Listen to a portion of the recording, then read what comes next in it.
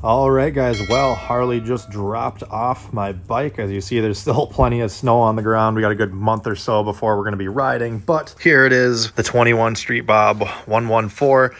I had them pick it up and install the cruise control for me because, of course, I got one of the only two trims of the softails that don't come standard with cruise control from the factory, and that is either softail standard or the Street Bob. So I got the Street Bob. It was not available from the factory. Mine didn't come with it. Had them install it because they also have to flash the ECU to make it work. So I was like, you know what? Just let them do it. And then I don't have small hands. I have rather large hands actually, but went ahead and had them install the turn signal extensions. Anyways, you can see they stick out probably ½ inch more than they normally would. If you got shorter thumbs, I'm sure it'd come in super clutch. As you see, I have no problem reaching. The only reason I wanted them is because I knew they'd be in here anyways. I'm messing with the cruise control, so I figured kind of double up the labor there, save me a little bit of labor. And at nighttime, since none of this lights up, nothing on the handlebars, and I find myself sometimes hitting like this button instead of the high beam. I just push random buttons because I can never keep them straight at night since I can't see them. So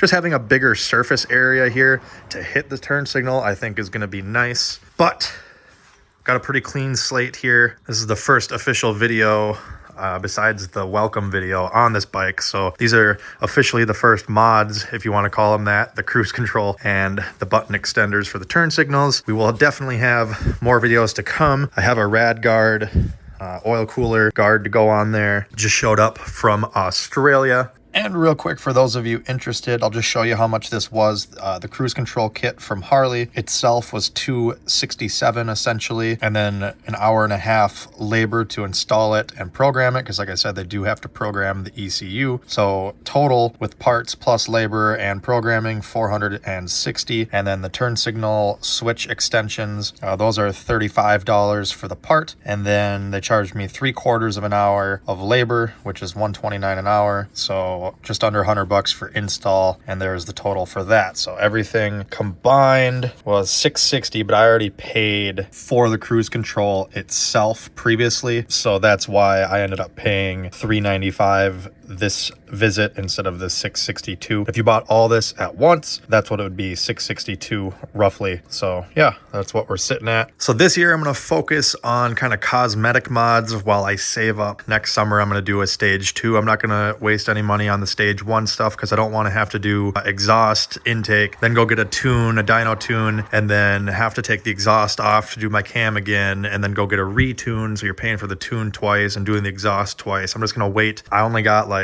500 miles on this bike last year, so it's still pretty new to me and has, you know, okay power. So I'm gonna just do cosmetic stuff this year, save, and go straight to the stage 2 next year. And guys, I want to give a shout out to a couple of YouTubers that you should follow if you have a Milwaukee 8, especially a 114 or a Street Bob. 2 of the guys are working on trying to get to that 1,000 subscriber mark, so go show them some love. I'll post all these guys down in the video description with their channel. So first is Tim Finning from Australia. I believe he's from the Perth area of Australia, Western Australia. He's got a 114 and I believe a Kawasaki of some sort. He kind of goes through a couple bikes here and there, but he's got a very nice, tasteful Street Bob 114 that he's got done. I'm definitely going to copy a couple of his modifications. He does kind of some riding vlog and walk around videos, mods of his bikes, so go check him out.